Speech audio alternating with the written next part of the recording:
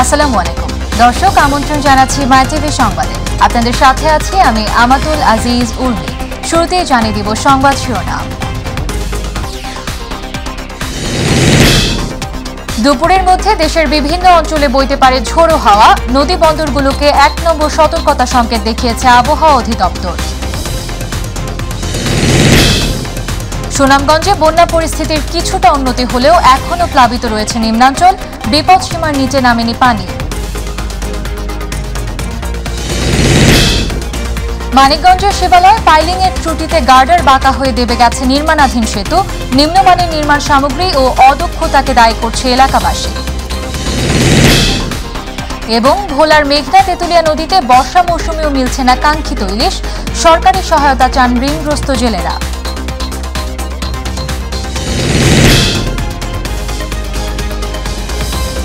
শুনছিলেন শিরোনাম, এবারে বিস্তারিত। রংপুর, ময়মনসিংহ, ঢাকা, ফরিদপুর, খুলনা, বরিশাল, পটুয়াখালী, কুমিল্লা, নোয়াখালী, চট্টগ্রাম, কক্সবাজার এবং সিলেট অঞ্চলের উপর দিয়ে ঘন্টায় ৪৫ থেকে ৬০ কিলোমিটার বেগে দমকা অথবা ঝোড়ো হাওয়া বয়ে যেতে পারে। সেই সঙ্গে অস্থায়ীভাবে বৃষ্টি অথবা বজ্রসহ বৃষ্টি হতে পারে বলে জানিয়েছে আবহাওয়া অধিদপ্তর। আজ দুপুর ১টা পর্যন্ত দেশের অভ্যন্তরীণ নদীবন্দরগুলোর জন্য ১ নম্বর সতর্ক সংকেত দেখাতে বলা হয়েছে।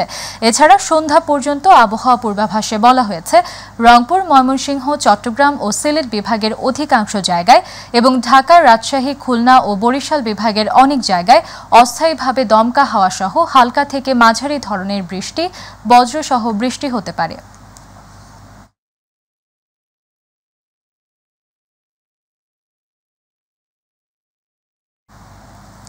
টানা বৃষ্টি থামায় সুনামগঞ্জে বন্যা পরিস্থিতির কিছুটা উন্নতি হয়েছে, তবে এখনও প্লাবিত রয়েছে নিম্নাঞ্চল। জেলা সদরের সাথে তাহিরপুর যোগাযোগের প্রধান সড়ক চালু হয়েছে, তবুও পানি এখনও বিপদসীমার নিচে নামেনি। শুক্রবার বিকাল ৩টা থেকে সুরমার পানি শহরের ১৬ ঘর পয়েন্টে ১৫ সেন্টিমিটার উপর দিয়ে প্রবাহিত হচ্ছে। দিনে বৃষ্টিপাত কম হওয়ায় পানি বৃদ্ধি কিছুটা হ্রাস পায়। জেলার সব নদ নদী ও হাওরের পানি টইটুম্বুর থাকায় ভারী বৃষ্টিপাত হলেই তা ফুলে ফেঁপে ওঠে। সুরমার পানি বৃদ্ধি পাওয়ায় নদীর তীরবর্তী সুনামগঞ্জ শহরের নবীনগর, ১৬ ঘর, লঞ্চঘাট, আরপিন নগর, সাহেববাড়িঘাট, বড়পাড়া, বাগানবাড়ি, মল্লিকপুর এলাকার রাস্তাঘাটে পানি উঠেছে। পাহাড়ি ঢলের পানিতে তাহিরপুর সড়ক প্লাবিত হয়ে যান চলাচল বন্ধ রয়েছে। সদর, ছাতক, দোয়ারা বাজার, বিশ্বম্ভরপুর উপজেলার নিম্নাঞ্চল প্লাবিত হয়েছে।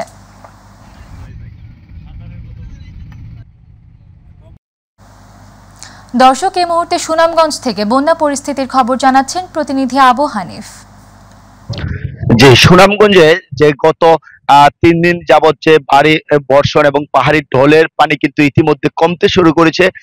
গতকালকেও যেটি ৪৫ সেন্টিমিটার বেড়ে বিপদসীমার ৩০ সেন্টিমিটার উপর দিয়ে সকাল টাইমে কিন্তু সুরমা নদীর পানি কিন্তু প্রবাহিত হচ্ছিল, সেটি কিন্তু বিকালে কমে কিন্তু ১০ সেন্টিমিটার উপর দিয়ে ছিল এবং আজকে কিন্তু সেটি কমে ৯ সেন্টিমিটার বিপদসীমার নিচ দিয়ে কিন্তু পানিগুলো প্রবাহিত হচ্ছে। এবং আরেকটি বিষয় আপনাদেরকে জানিয়ে রাখি, আমি এখন আছি সুনামগঞ্জের লঞ্চঘাট এলাকায়। আপনারা দেখছেন যে এই যে লঞ্চঘাটের যেই উপরের যে অংশটা, সেই অংশে কিন্তু গতকালকে কিন্তু নদী উপচে কিন্তু উপরে পানি ছিল, সেটি নেমে আজকে কিন্তু নিচে নেমে এসেছে। ইতিমধ্যেই জেলার যেই বিশম্বরপুর সড়ক কিন্তু যান চলাচল শুরু করেছে এবং যে তাহিরপুরের যেই ১০০ মিটারটা রয়েছে সেখানে কিন্তু একটি সাবমার্সিবল রুট থাকার কারণে কিন্তু মানুষ এখনো নৌকা দিয়ে যাতায়াত করতে হচ্ছে। এবং এর পাশাপাশি যেই দোয়ারার যে উপজেলা রয়েছে সেখানে কিন্তু কিছু নিম্ন অঞ্চলের মানুষ কিন্তু এখনো ভোগান্তিতে রয়েছে। এবং সব শেষ কথা বলতে গেলে যে সুনামগঞ্জের নিচু যেই এলাকাগুলা মানুষ রয়েছে, যেমন হাওরপাড়ের যে মানুষ রয়েছে, তারা কিন্তু একটি ভোগান্তির মধ্যে রয়েছে। এবং এই দিক থেকে হাওরের পানি কিন্তু একটু স্লো মৌসুমে কমার কারণেই কিন্তু তারা এখনো পানিবন্দী হয়ে আছে। তাদের পানি কমতে কিন্তু আরো কিছুটা সময় লাগবে। হানিফ, আপনাকে ধন্যবাদ। কক্সবাজারে দেশের প্রথম সাবমেরিন কেবল রক্ষণাবেক্ষণ কাজের জন্য আজ সকাল ৬টা থেকে সন্ধ্যা ৬টা পর্যন্ত ১২ ঘণ্টা আংশিকভাবে বন্ধ থাকবে। এর ফলে দেশে নিরবচ্ছিন্ন ইন্টারনেট ব্যবস্থাপনায় কিছুটা ধীরগতি হতে পারে। Bangladesh submarine cables company limited PLC BSc PLC সংবাদ বিজ্ঞপ্তিতে এ তথ্য জানিয়েছে। এতে বলা হয়, সাবমেরিন কেবল সিস্টেমের সিঙ্গাপুর প্রান্তে কনসোর্টিয়াম কর্তৃক গৃহীত রক্ষণাবেক্ষণ কাজ করার জন্য ১৩ জুলাই সকাল ৬টা থেকে সন্ধ্যা ৬টা পর্যন্ত প্রায় ১২ ঘণ্টা এ কেবলের মাধ্যমে সংযুক্ত সার্কিটগুলো আংশিক বন্ধ থাকবে। মানিকগঞ্জের শিবালয়ে পাইলিংয়ের সময় ত্রুটি দেখা দেয়ায় গার্ডার বাঁকা হয়ে দেবে গেছে সেতু। নিম্নমানের নির্মাণ সামগ্রী ও অদক্ষতার কারণে এমনটা ঘটেছে বলে ধারণা এলাকাবাসীর। নির্মাণাধীন সেতু দেবে যাওয়ায় সমালোচনার ঝড় বইছে অঞ্চল জুড়ে। প্রতিনিধি আজিজুল হাকিমের রিপোর্ট, জানাচ্ছেন ইলিয়াস কমল।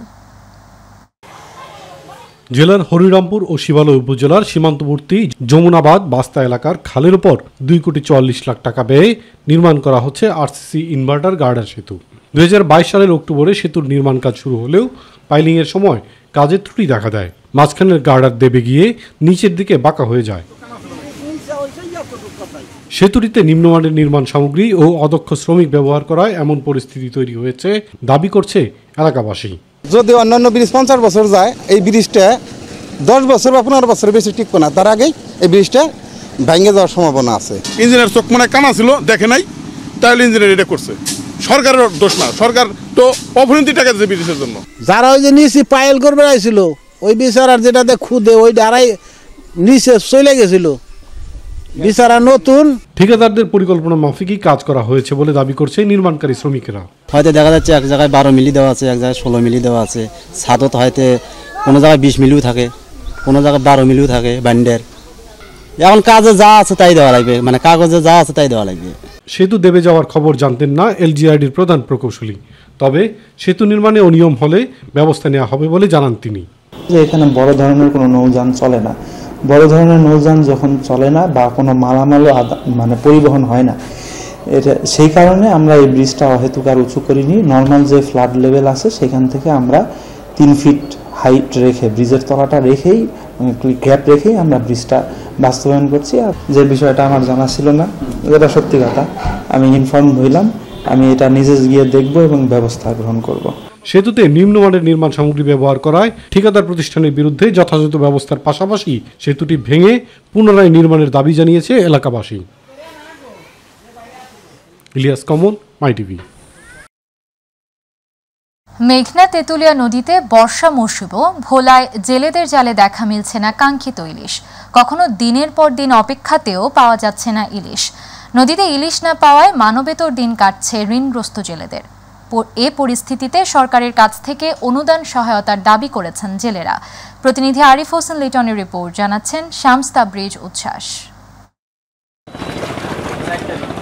ভোলার মেঘনা ও তেঁতুলিয়া নদীর রূপালী ইলিশ মাছের খ্যাতি অনেক পুরনো।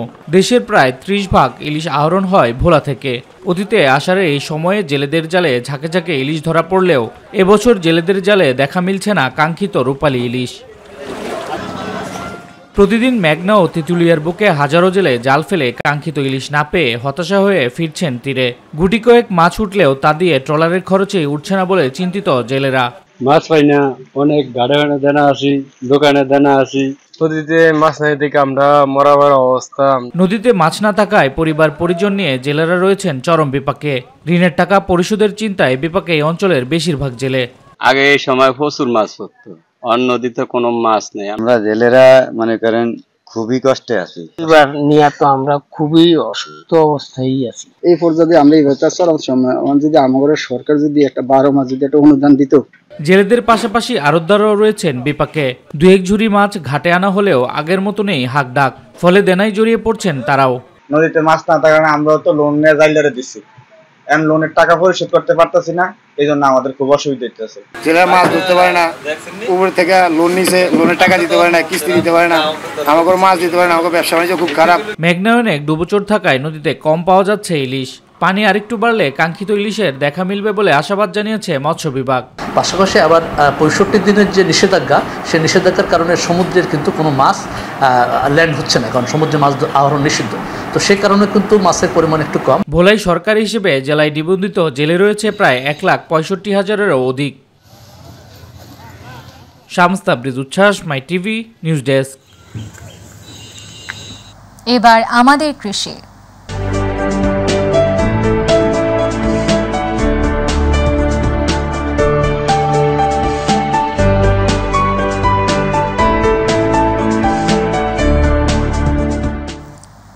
দ্রব্যমূল্যের ঊর্ধ্বগতির বিপরীতে ফসলের কাঙ্ক্ষিত দাম না পাওয়ায় দিন দিন পাটের আবাদ কমছে ফরিদপুরে।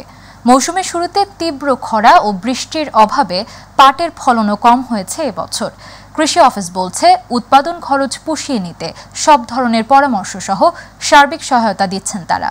প্রতিনিধি শফিকুল ইসলাম জনির রিপোর্ট। ফরিদপুরের নগরকান্দার শশা গ্রামের পাট চাষী দেলোয়ার শরীফ বাপদাদা রেখে যাওয়া 2 বিঘা জমিতে করেছেন পাটের আবাদ। সোনালিয়াস পাট জেলার প্রধান অর্থকরী ফসল হওয়ায় জমি পতিত না রেখেই বৃদ্ধ বয়সে হাড় ভাঙা পরিশ্রম করছেন ফসলের ন্যায্য দাম পাওয়ার আশায়। তবে তিনি হতাশ হয়ে জানালেন পাট চাষে বাড়তি ব্যয় আর ভোগান্তির কথা। নিলেবার পাই নেই, কুড়ার পাই নেই, এই রোদের তাপ ছিল, তারপরে আবার কাটার সময় পানি কম। পাট চাষী দেলোয়ারের মতো জেলার অধিকাংশ চাষিরা জানালেন তাদের নানান সমস্যার কথা। খরচ পুষিয়ে কাঙ্ক্ষিত দাম না পেলে আগামীতে পাট চাষে আগ্রহ হারাবেন তারা। লোজা যে ঠিক মতো পাটে কাজ করা হয় না, এই জন্য পাটে এইরকম ভাবে ফলমান গতবারের চেয়ে অর্ধেক হয়ে গেছে। পানি হয় তাহলে আমরা শান্তি পাবো, আর নাহলে আমাকে কষ্টের শেষ নাই। মনে করেন যে বহুত দূরিতে ভ্যানে করে নসি বনে করে আইন আইনে পুহুর পুষ্কুনিতে খুন্দায় জাগ দেওয়া লাগে। কচুরি নাই, এই মাটি মনে ঢাকার কারণে এই কালার খারাপ। পাটও দেখা যায় ভালো হইতেছে না, 6 মণ 7 মণ 8 মণ এই বরাদ্দ আসতেছে। জেলার কৃষি কর্মকর্তারা বলছেন মৌসুমের শুরুতে অতিমাত্রায় খরা ও বৃষ্টির অভাবে এবছর জেলায় পাটের আবাদ কম হয়েছে। তবে কৃষকদের ক্ষতি পুষিয়ে নিতে সব ধরনের পরামর্শ দিচ্ছেন তারা। সেচের একটা বেশ ভালো পরিমাণে খরচ হয়, দেখা যায় 1 বিঘা প্রতি প্রায় 1500-2000 টাকা খরচ পড়ে যায়, যার কারণে অনেক কৃষকই শুরুর দিকে বৃষ্টিপাত কম হওয়াতে পাটের বীজ বপন করতে দেরি হয়েছিল এবং পাটের আবাদ কিছুটা কমে গিয়েছিল। গেল বছর ফরিদপুর জেলায় 88,100 হেক্টর জমিতে পাটের আবাদ হলেও এবছর তা কমে দাঁড়িয়েছে 86,524 হেক্টরে। শফিকুল ইসলাম জনি, মাই টিভি, ফরিদপুর। জামালপুরে যমুনা সহ অন্যান্য নদ নদীর পানি কমতে শুরু করায় সার্বিক বন্যা পরিস্থিতির উন্নতি হয়েছে।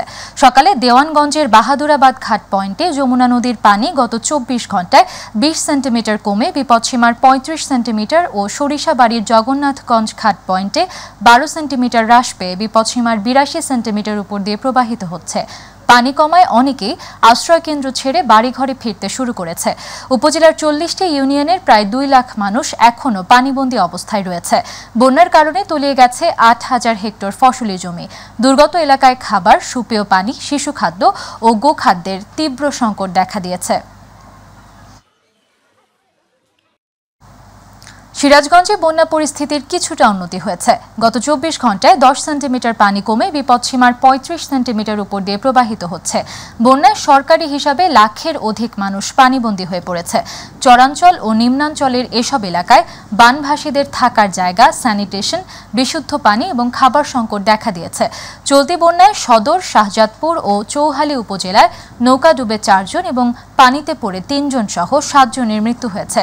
বাড়িতে পানি উঠায় মানুষজন উঁচু স্থান ও অন্যের বাড়িতে আশ্রয় নিচ্ছে। ফলে বানভাসী মানুষের দুর্ভোগ ক্রমে বাড়ছে। সরকারিভাবে যে ত্রাণ সামগ্রী বিতরণ করা হচ্ছে তা চাহিদার তুলনায় অপ্রতুল বলে জানিয়েছে ভুক্তভোগীরা। দেশ আওয়ামী যুবলীগের সাধারণ সম্পাদক মাইনুল হোসেন খান নিখিল বলেছেন, নতুন করে ষড়যন্ত্র শুরু করেছে জামায়াত বিএনপি। কোটা সংস্কারের নামে তাদের সন্তান মাঠে নামিয়েছে তারা। এতদিন দলের ব্যানারে আন্দোলন করে সফল হতে পারেনি, এবার তারা কোটা সংস্কারের নাম নিয়ে দেশকে অস্থিতিশীল করার পায়তারা করছে। শুক্রবার সিলেটে জেলা যুবলীগের উদ্যোগে দক্ষিণ সুরমা ও ওসমানীনগরে বন্যা দুর্গত ক্ষতিগ্রস্ত অসহায় গরিব ও দুস্থদের মাঝে ত্রাণ সহায়তা বিতরণকালে তিনি এসব কথা বলেন। সিদ্ধান্তের ব্যাপারে যদি কারো মানুষের সে থাকে, সে আদালতে যাবে, আদালতে যে সে আইনি লড়াইয়ে তাদের অধিকার আদায় করবে। কিন্তু একটা দেশকে ধ্বংস করার জন্য ছাত্র সমাজকে উস্কিয়ে দিয়ে রাজপথ দখল করে আদালতকে অবমাননা করা হচ্ছে। এটা কি সাধারণ মানুষ মেনে নিতে পারে?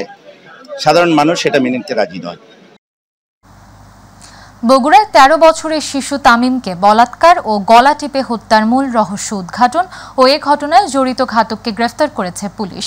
এই সময় হত্যার কাজে ব্যবহৃত আলামত উদ্ধার করা হয়। ঘটনা ধামাচাপা দিতে স্কুল ছাত্র তামিমকে খুন করা হয়। গ্রেপ্তার হওয়ার পর পুলিশের জিজ্ঞাসাবাদে ঘটনার বিবরণ দিতে গিয়ে এ কথা জানিয়েছে হত্যাকারী এমদাদুল হক। শুক্রবার নিজ কার্যালয়ে আয়োজিত সংবাদ সম্মেলনে এসব তথ্য জানান বগুড়ার পুলিশ সুপার জাকির হাসান। এর আগে তামিমের মরদেহ উদ্ধার করা হয়।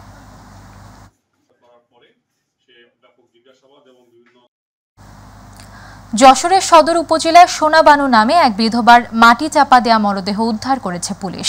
এ ঘটনায় জিজ্ঞাসাবাদের জন্য ৩ জনকে হেফাজতে নিয়েছে পুলিশ। শুক্রবার ফতেপুর সন্ন্যাসী বটতলা এলাকায় একটি বাগান থেকে ওই নারীর মরদেহ উদ্ধার করা হয়। স্বজনরা জানান বৃহস্পতিবার থেকে নিখোঁজ ছিলেন সোনাবানু। খোঁজাখুঁজির এক পর্যায়ে নিহতের বাড়ির ৫০০ গজ দূরে একটি বাগানের ভেতর ছড়ানো ছিটানো মাটি দেখতে পান স্বজনরা। এরপর পুলিশ এসে মাটি খুঁড়ে একটি ছোট গর্ত থেকে সোনাবানুর মরদেহ উদ্ধার করে। কোতোয়ালি মডেল থানার অফিসার ইনচার্জ জানান, প্রাথমিকভাবে ধারণা করা হচ্ছে পারিবারিক কলহের জেরে হত্যার ঘটনা ঘটেছে। তদন্ত চলছে, শিগগির রহস্য উদ্ঘাটন করা সম্ভব হবে। নোয়াখালী জেলাধীন সোনাইমুড়ি ও সেনবাগ থানার এলাকা থেকে মাদক পরিবহন ও ব্যবসার অভিযোগে ৪ জন মাদক ব্যবসায়ীকে মাদকসহ গ্রেফতার করেছে র্যাব। শুক্রবার জেলার বিভিন্ন উপজেলায় গোপন সংবাদের ভিত্তিতে অভিযান পরিচালনা করেন। তাদের কাছ থেকে ৯ কেজি গাঁজা ও ৪৬টি বিদেশি মদ ও কালো রঙের একটি মাইক্রোবাস উদ্ধার করা হয়। বিষয়টি নিশ্চিত করেন সহকারী পুলিশ সুপার ভারপ্রাপ্ত company commander RAB ১১ Mohammad Golam Morshed.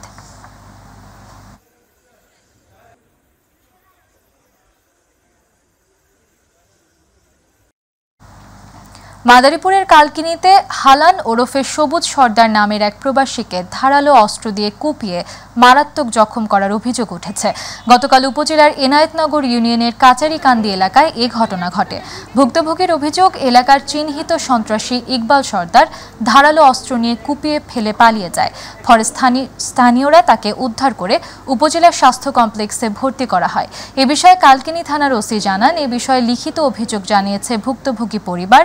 তদন্ত সাপেক্ষে আইনগত ব্যবস্থা নেওয়া হবে। খুলনা নগরীর নিরালা আবাসিক এলাকায় অভিযান চালিয়ে জুয়ার আসর থেকে লক্ষাধিক টাকা সহ 14 জুয়ারিকে আটক করে সদর থানা পুলিশ। গোপন তথ্যের ভিত্তিতে সদর থানার পুলিশের বিশেষ অভিযানে নগরীর নিরালা আবাসিক এলাকার ৩৮৭ নম্বর বাড়ি থেকে 14 সেট তাস ১,৬৫,৫৩০ টাকা সহ 14 জুয়ারিকে আটক করা হয়। এ সময় ঘটনাস্থল পরিদর্শন করেন খুলনা মেট্রোপলিটন পুলিশের deputy commissioner Tajul Islam, Khulna metropolitan পুলিশের সহকারী পুলিশ কমিশনার গোপীনাথ কাঞ্জিলাল সহ পুলিশের অন্যান্য কর্মকর্তারা।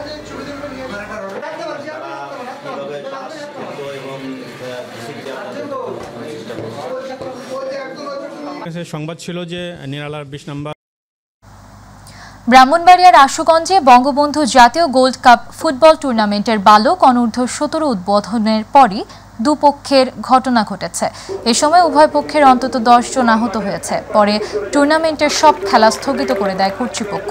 শুক্রবার উপজেলার তাপবিদ্যুৎ কেন্দ্র মাঠে এ সংঘর্ষের ঘটনা ঘটে। আশুগঞ্জ উপজেলা নির্বাহী কর্মকর্তা শ্যামল চন্দ্র বসাকের সভাপতিত্বে উদ্বোধনী অনুষ্ঠানে প্রধান অতিথি ছিলেন উপজেলা পরিষদের চেয়ারম্যান জিয়াউল করিম খান সাজু। উদ্বোধনের পর খেলা শুরুর আগে বয়স যাচাই করে চরচারতলা ইউনিয়ন ও দুর্গাপুর ইউনিয়নের খেলোয়াড় নির্বাচন নিয়ে দুপক্ষ দ্বন্দ্বে জড়িয়ে পড়ে। পরে পুলিশ লাঠিচার্জ করে আধা ঘন্টা চেষ্টা চালিয়ে পরিস্থিতি নিয়ন্ত্রণে আনে। নিখোঁজের ১৬ দিন অতিবাহিত হলেও সন্ধান মেলেনি দিনাজপুরের পার্বতীপুরে অবস্থিত railhead oil ডিপোর Jamuna oil company লিমিটেডের সহকারী ব্যবস্থাপক আহসান বিন জামান ওরফে তমালের। স্থানীয় থানায় সাধারণ ডায়েরির পাশাপাশি ঘটনা তদন্তে বাংলাদেশ পেট্রোলিয়াম কর্পোরেশনের পক্ষ থেকে বিপিসির মহাব্যবস্থাপক আবুল কালাম আজাদকে আহ্বায়ক করে ৫ সদস্যের একটি কমিটি গঠন করা হয়েছে। তবে কর্মকর্তা নিখোঁজের ঘটনায় ১ লাখ লিটার তেল হেরফেরের গুঞ্জন উঠলেও বিষয়টি সত্য নয় বলে জানিয়েছেন বিপিসির চেয়ারম্যান আমিনুল আহসান।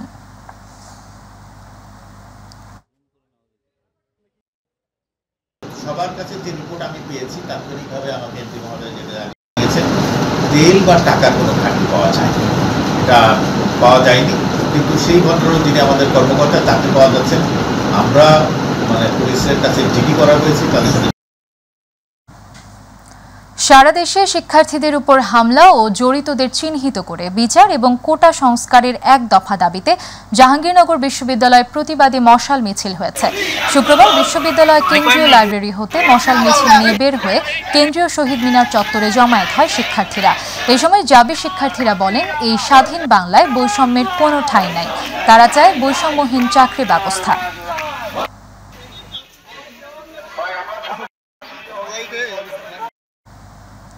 মাদারীপুরের ডাসার উপজেলায় নব মুসলিম পরিবারের মাঝে সেলাই মেশিন বিতরণ করা হয়েছে।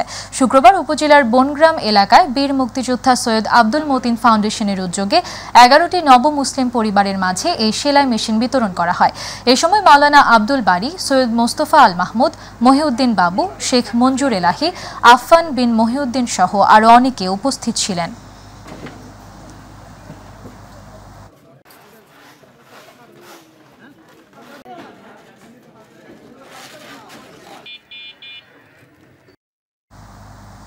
লক্ষ্মীপুর সদর উপজেলার একটি পৌরসভা সহ 12টি ইউনিয়নের প্রাকৃতিক দুর্যোগে ক্ষতিগ্রস্ত গরিব, দুস্থ ও অসহায় 500 পরিবারের মাঝে শুকনো খাবার বিতরণ করা হয়েছে।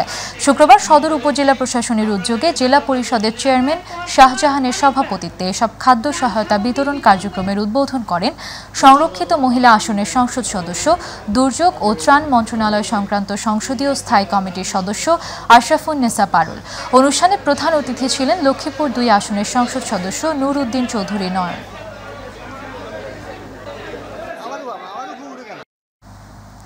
বরিশালের মেহেন্দিগঞ্জের কৃতি সন্তান ঢাকা মহানগর দক্ষিণ আওয়ামী লীগের প্রতিষ্ঠাতা সাধারণ সম্পাদক শাহে আলম মুরাদের সহধর্মিণী মরহুম রোকেয়া সুলতানা রোমানার 2য় মৃত্যুবার্ষিকী উপলক্ষে মিলাদ মাহফিল ও দোয়া অনুষ্ঠিত হয়েছে। গতকাল মেহেন্দিগঞ্জ পৌরসভার খড়কি 6 নং ওয়ার্ডে আদমদিঘি জামে মসজিদে মিলাদ মাহফিল ও দোয়া অনুষ্ঠিত হয়। এ সময় পৌর মেয়র কামাল উদ্দিন খান, বাংলাদেশ মেহেন্দিগঞ্জ উপজেলা আওয়ামী লীগের সভাপতি মাইটেবের উপদেষ্টা বীর মুক্তিযোদ্ধা ফরিদ উদ্দিন, ঢাকা মহানগর দক্ষিণ আওয়ামী লীগের সাবেক কার্যনির্বাহী কমিটির সদস্য লিয়াকত আলী খান, বরিশাল জেলা পরিষদের সাবেক প্যানেল চেয়ারম্যান মিজানুর রহমান আরজু, বাংলাদেশ জাতীয়তাবাদী দল বিএনপি মেহেন্দিগঞ্জ উপজেলা শাখার সাংগঠনিক সম্পাদক আসাদুজ্জামান মুক্তা সহ আরও অনেকে উপস্থিত ছিলেন।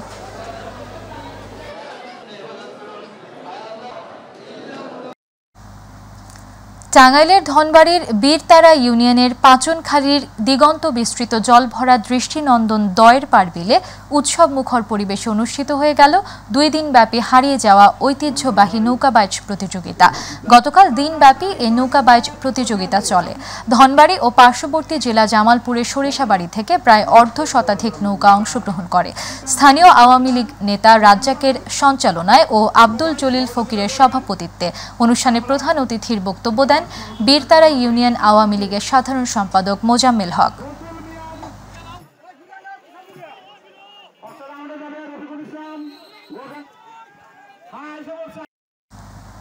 মানিকগঞ্জের শিবালয়ে বঙ্গবন্ধু শেখ মুজিবুর রহমান জাতীয় গোল্ড কাপ ফুটবল টুর্নামেন্ট বালক অনূর্ধ্ব 17 ফাইনাল খেলা অনুষ্ঠিত হয়েছে।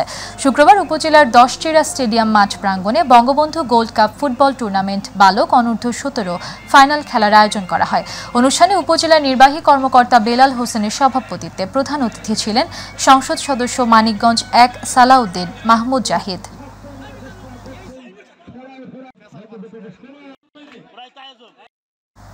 সংবাদের শেষ প্রান্তে আমরা যাবার আগে আরও একবার জানিয়ে দিচ্ছি সংবাদ শিরোনামগুলো। দুপুরের মধ্যে দেশের বিভিন্ন অঞ্চলে বইতে পারে ঝোড়ো হাওয়া, নদী বন্দরগুলোকে 1 নম্বর সতর্কতা সংকেত দেখিয়েছে আবহাওয়া অধিদপ্তর।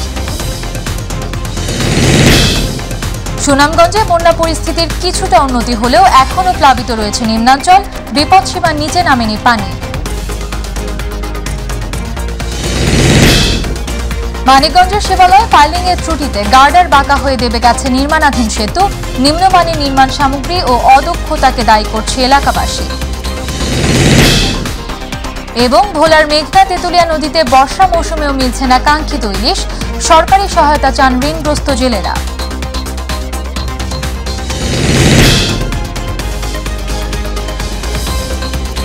দর্শক সঙ্গে থাকার জন্য ধন্যবাদ। এছাড়া ইউটিউবে মাই টিভি সংবাদ পেতে ভিজিট করুন youtube/mytvbd নিউজ এবং আমাদের অনুষ্ঠান দেখতে ভিজিট করুন youtube/mytvবাংলা, facebook/mytvবাংলা। পরবর্তী সংবাদ দেখার আমন্ত্রণ জানিয়ে বিদায় নিচ্ছি। আল্লাহ হাফেজ।